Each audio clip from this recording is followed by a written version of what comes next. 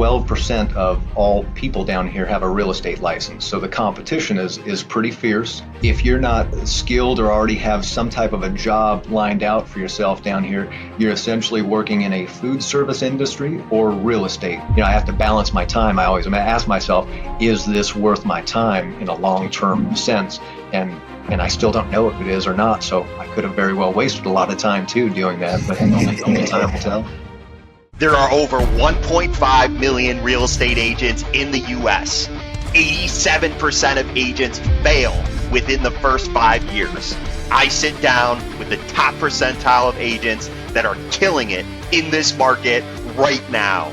We're here to showcase, explain, and most importantly, decode the secrets that have propelled them to the top. What fuels their success? How are they turning their dreams into reality? Get ready, buckle up. This is the Agents with Grit podcast.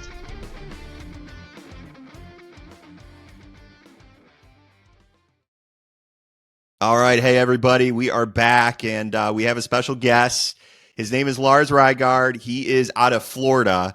And Lars, I know you mentioned the drive to work every day is beautiful. Can you kind of tell me where you are and where the majority of your business is done? Sure. I moved down here from Salt Lake City, Utah, and we were faced with kind of a choice. Did we want to go to the West Coast or the East Coast? And we had our sights set on California, and this was right around the time that Arnold Schwarzenegger was the governor, and there was a little bit of a financial turmoil going on there. Long story short, it was going to take 6 months for our licenses to reciprocate moving down here or to California. So then we turned our attention to Florida, and I watched a YouTube video about Panama City Beach, and I've never seen that kind of sand and such cool scenery. So we pretty much moved down here sight unseen in 2012 to a beautiful little town called Destin, Florida. Awesome. Beautiful. I know Panama City Beach. I'm in Michigan, but I actually grew up in Broward County in Florida, Fort Lauderdale area.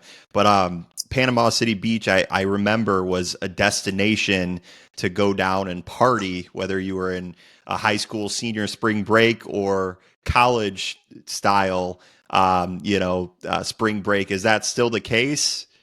For sure. There's definitely a diversity between Panama City Beach and Destin. Panama City Beach, like you said, is more of the spring break destination, and I would probably attribute that to the rents being a little cheaper there and many more high-rise condos, where Destin would perhaps be where more of the mature crowd might vacation and do their spring break. So there is a difference in the tourist set that we get in Destin versus Panama City Beach. Awesome. So you talk about a video that you watched. What was that video about? It was a helicopter. So a guy in a helicopter took an aerial video of Panama City Beach and basically went from the west end to the east end and back again. And that was it. It was a helicopter video. So was it more motivation to move there because of how beautiful it was, or was it more of like a business motivation? No, it was certainly not a business motivation. The year 2012 and 14, the first couple of years of being down here, the business was pretty much dead. I had a couple of setbacks in Salt Lake City and the Las Vegas market. I had a lot of properties on hand. I was flipping a lot of properties, so I had 14 on hand at the time that the mortgage crisis hit. So essentially, all of the buyers went out of the market because no lenders were lending. So I had 14 properties on hand, and long story short, kind of went belly up. So it was more of a restart when we came down here, and so it was certainly not business motivated. It was more just the sand, if you can believe it. The sand down here is its makeup is I guess crushed crystal of some kind. So it's almost like a squeaky sugar sand that is unlike any other beach. And I was intrigued by the sand of all things down here and how different the beaches looked. And so we packed our moving truck within a week. Moved out of a 5-bedroom house, and we ended up in a 2-bedroom house down here, sight unseen. And really, I can't imagine living anywhere else but this area now. Wow, that's awesome. That's cool. Yeah, I can see how excited you are about the area, and I'm sure that helps with selling properties, right? I mean, do you get people that are buying from across the country and looking to purchase down as like a destination property? For sure, especially California and New York have been recent adds to the list of states that are filtering in here.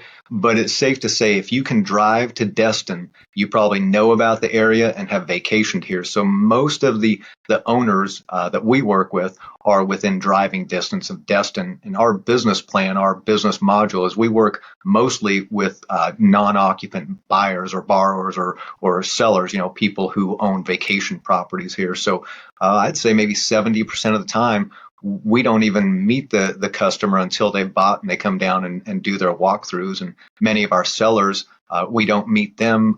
They'll let us into the units. We take our pictures and get them marketed that way. So for perspective, I live in a little place called Miramar Beach, just outside of Destin.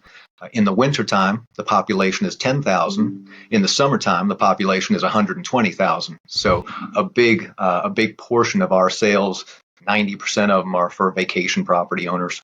Got it. Okay. And is that how it started for you when you moved down there? Was that your specific niche from the get-go, or did you kind of No, fall into it? Or we kind of, it was a conscious decision as well. We kind of fell into it at the time that COVID hit. Prior to that, when I'd moved down here in 2012, like I said, we had a big financial setback in Salt Lake City and Las Vegas. So I was kind of licking my wounds when I came down here. And if you can believe it, the first 2 years of my real estate career down here, I worked for a company. I still work for the same company that I started with in 2012.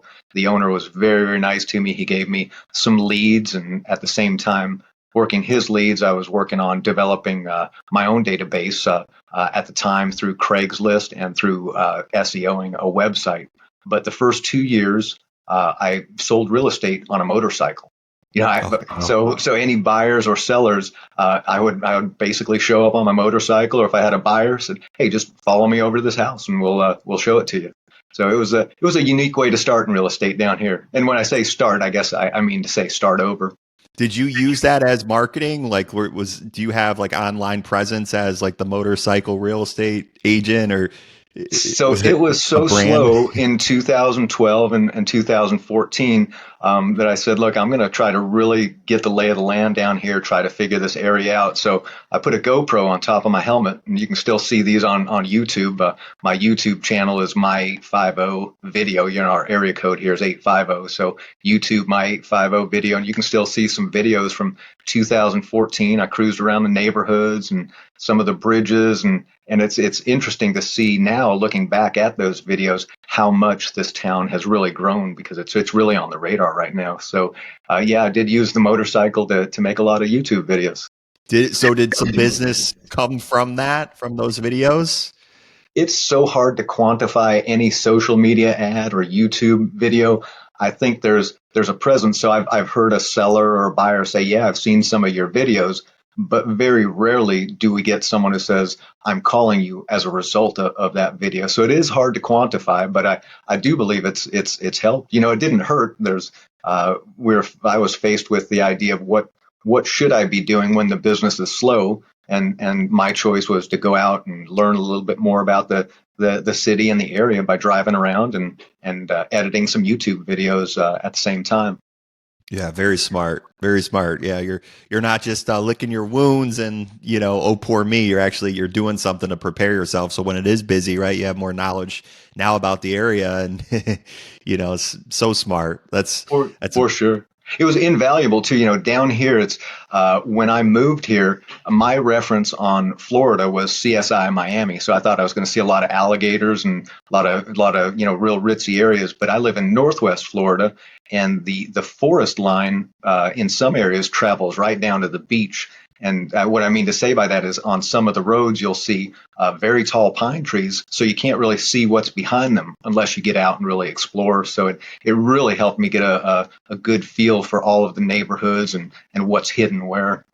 Mhm. That's awesome. That's cool. So let's go back to that 2 years though, because you said it was slow for you, right? You were just getting your feet on the ground. You moved here. You didn't know anybody, right? It was just, and you've kind of built. Talk to me how you've built a business from the ground up, like you have. Absolutely. So the guy that I work for, the broker, he had some rental properties available online. So I checked those out online, and through his marketing, he would email me, and even when we moved down here. So it was a natural fit to contact him first when I started my business down here. So the first couple of years I spent working some in-house leads that he was good enough to give me, and then at the same time working my online presence. This was, right at the onset of SEO for websites, and if you can believe it, Craigslist was our number one source of business down here. So I'd post Craigslist ads like mad, drive the people over to our website, and on that website, we had an IDX on there, and that IDX feed would pump out listings to buyers. And I made very, very few phone calls in the first few years. My goal was to put as much leads into my database as possible, and then let the IDX system take care of providing leads. So we received more inbound calls really than making outbound calls. And so to fast forward to today, if you live down here, chances are you're in my database. We have 250,000 people, real big Wow. database. Wow. So, it grew from really no data to pretty much everybody who lives down here. Wow. So your database alone, you've collected 250,000 names of people asking for listings And not necessarily just asking for listings, but proactively searching out the data and parsing it out. And so our primary seller lead that we focus on is someone who might own a condo, a waterfront condo. So we've parsed it all out in subdivisions, condos. If we find a seller in one of our condos, for example, we have all of the data of the other owners, and we'll contact them first, letting them know that we have an upcoming listing. And so it's been very useful to gather all of that data. And I'm really glad that we focused on harnessing it, because I imagine, looking back, if we had not done that, we'd be reinventing the wheel every time that we get a listing in one of these condos, whereas now we can access that data, pretty much instantaneously. Mm-hmm. So now, so you said 2000, 13, 14, right? So it's been just 10 plus years in Florida where you are. And Mm-hmm. now is it all inbound? Like, do you do any sort of outbound kind of dialing or campaigns to generate business, or has that? Absolutely. Yeah. We do. In 2018, I was fortunate to meet a young man. He was 18 at the time, and he was delivering pizzas, and he had lived here his entire life. And so I brought him on board and taught him.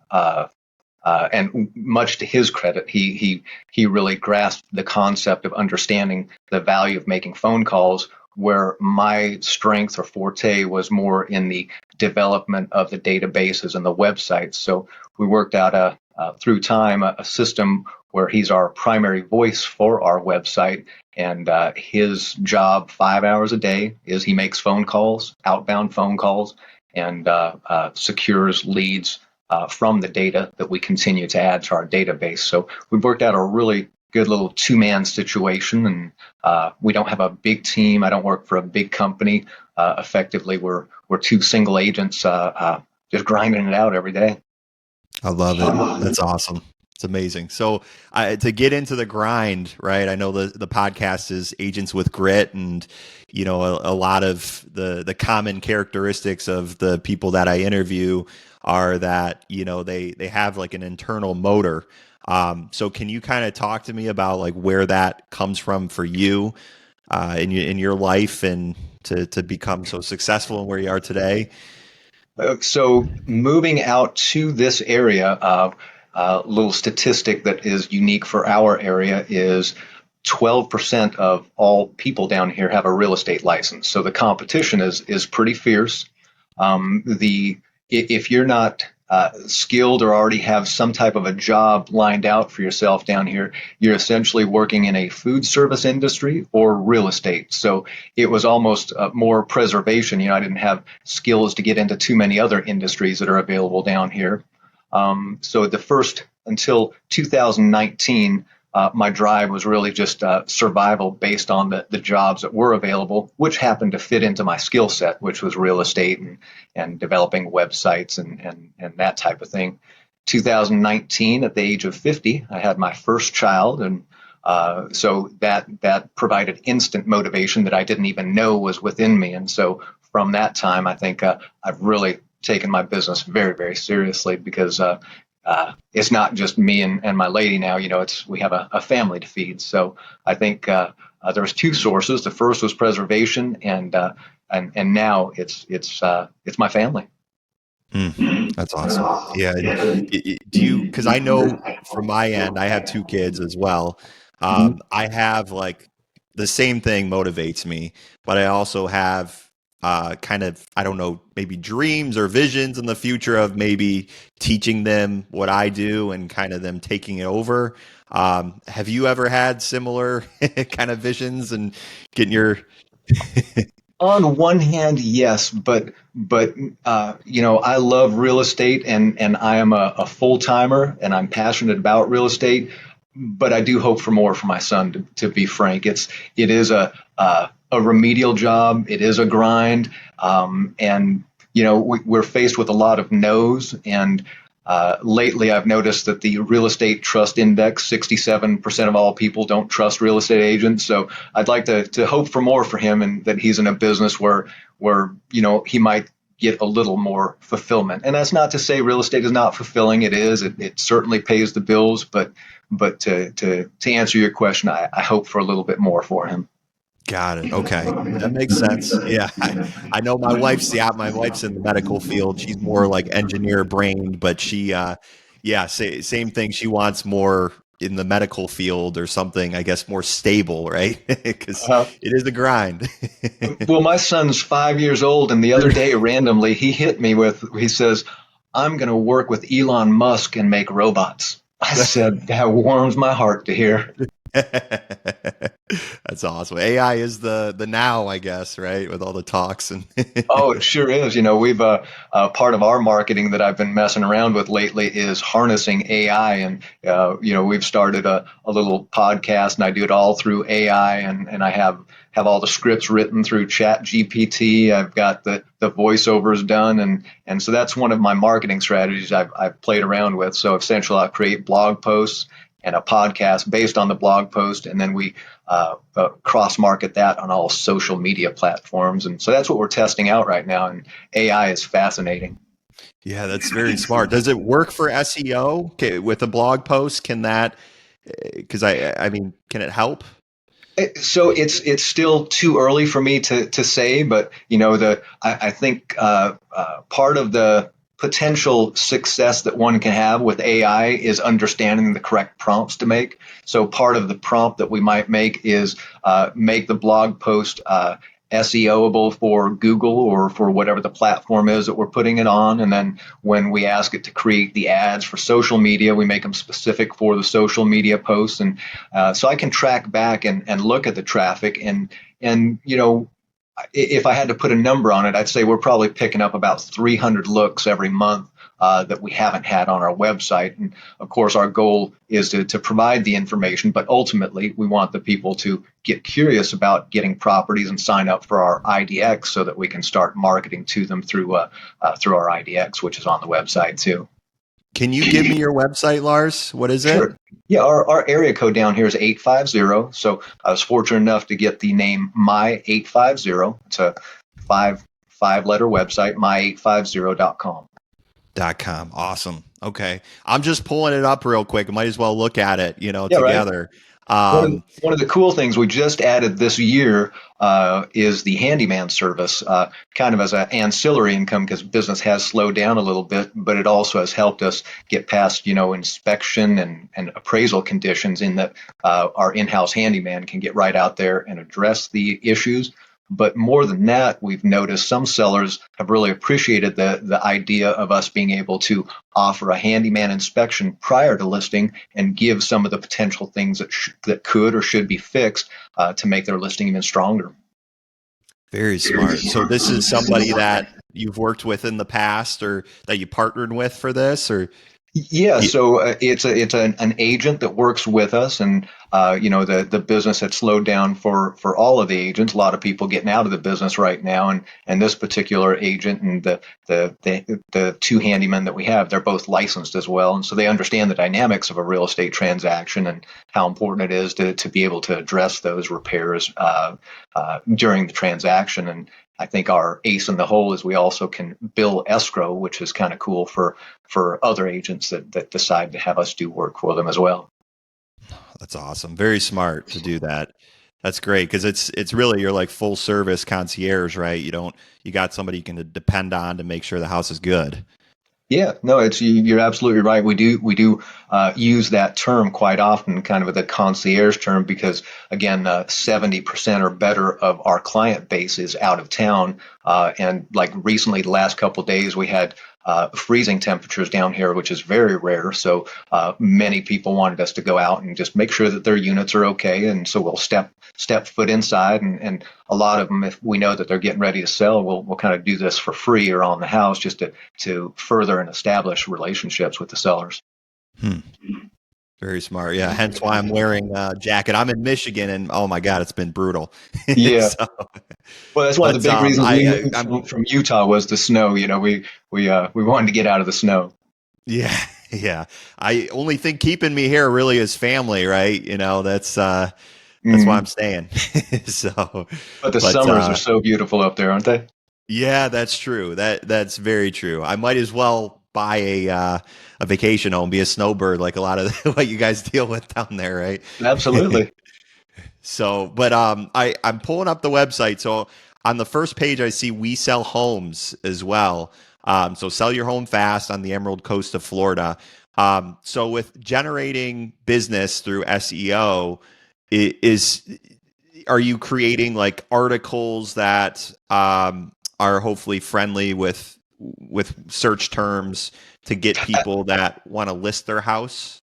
Absolutely. So if you were to go into the blog post section, it's divided into three different sections: sellers, buyers, and maintenance. And we curate all those blog posts and all the podcasts that we do specifically for topics that might be relevant for a seller, a buyer, or someone wanting to get the handyman services. And are these articles, majority of them created through ChatGPT?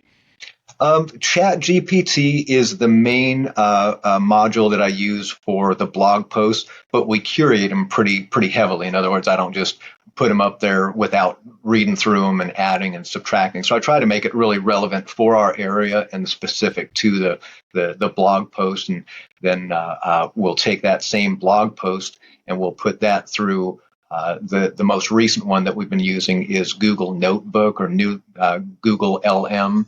And we've been starting to do some podcasts through there. I've also used the Microsoft AI.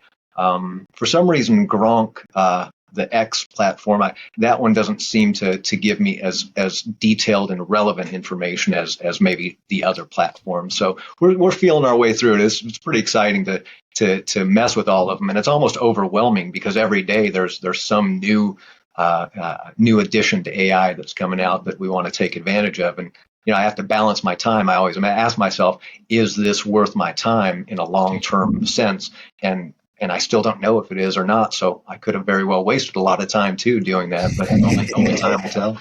It's like the shiny new toy, right? You wanna get in there and play with it, and you're spending 3 days and That's you right. get Yeah. nothing done. We've got um, it down now so I did a spreadsheet and put all of my prompts together and did it in a way that we can put together a blog post and a podcast in right around between 45 minutes and an hour. So every day I'll try to knock one of those out. wow, wow, and curiosity too from the SEO standpoint, because I know just from the I guess the knowledge I have from the past, and I know I'm sure it changes nonstop with what Google likes with crawling through different web pages. But is backlinks is that still of great importance with getting an article ranked? I think in the traditional sense, yes. And so when I use the word SEO, I think I'm probably leaning more on social media. So immediately when we do a blog post, I use a CRM, which allows me to cross post on all of my social media platforms at the same time, and I can even time those out. So if I'm going to be away, for example, I could create an ad for every single platform for every day for as many weeks out in advance as I want. So it was very time consuming before we started with this new CRM, and now if we do one, we've essentially covered all of our social media platforms. So to your question, I do think SEO is probably a thing of the past, or it's at least dying out just a little bit, and in favor of social media advertising. And so that would probably be the main driver of people checking out our website would be our social media posts. But you asked a question earlier, can we track back to any specific business on that? It's still hard. It's still hard to say.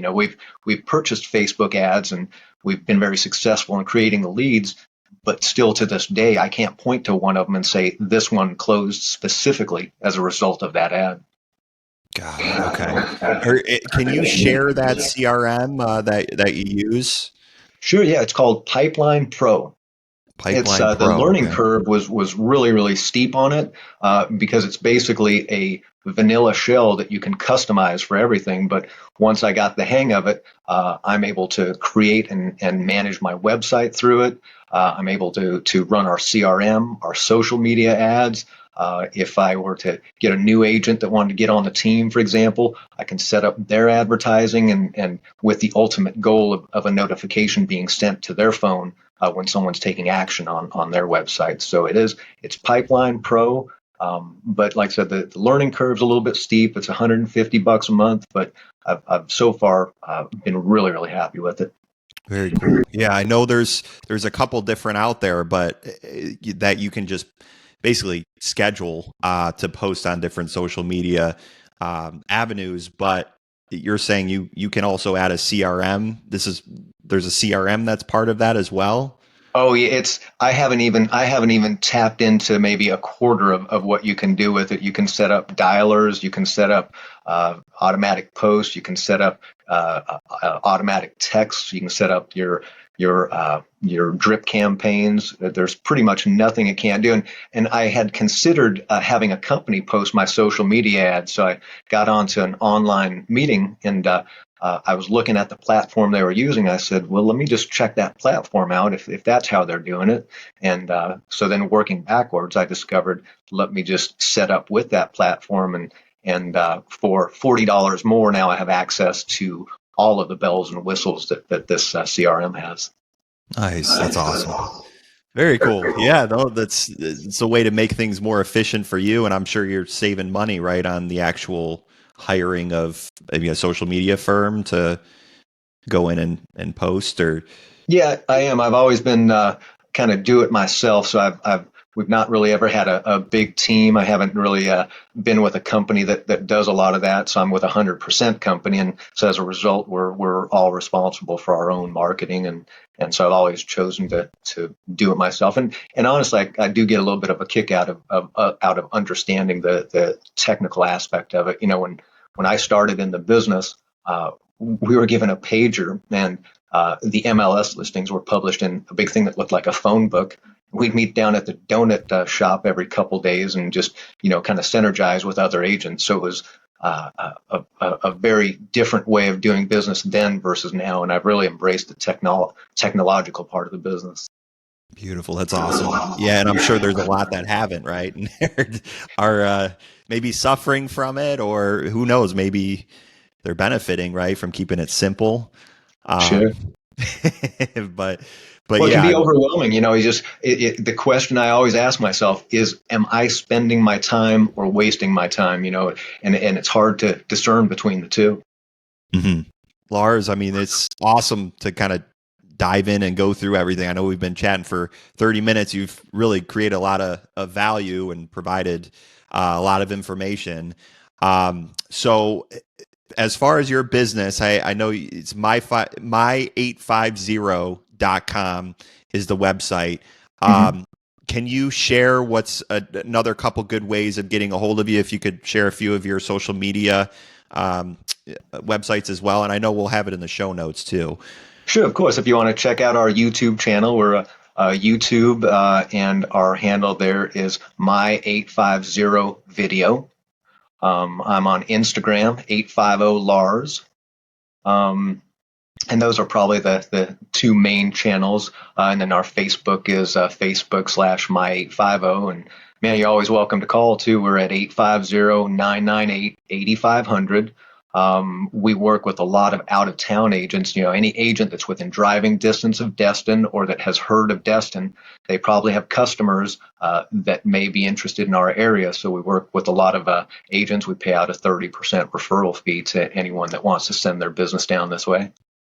Awesome. Yeah. So Lars Rygaard, congratulations again on all your success and just how your story, right? 2 years of just nothing coming in, moving to Florida and Destin area, and now for you to have built what you have, and just getting a lot of business coming in is huge. So I just want to say thank you again. I appreciate you just sharing your knowledge and sharing who you are as a person, your success, and hopefully it can help our listeners out. And maybe some business will come through to you through our interview, right? With this being posted on the web. But I just want to say thanks again, and it's really good meeting you. And I really appreciate the conversation and your time. Hey, Brad, thank you for your time, and I really appreciate and admire what you're doing. I do think it's a help. The way I came across your podcast was just getting through Spotify, and I'd wanted to just educate myself, and I think the best way to do that is just listening to other people's perspectives. So what you're doing is invaluable, and I really thank you for having your podcast, and I wish you tremendous success in the future as well. Thank you, Lars. I appreciate that a lot.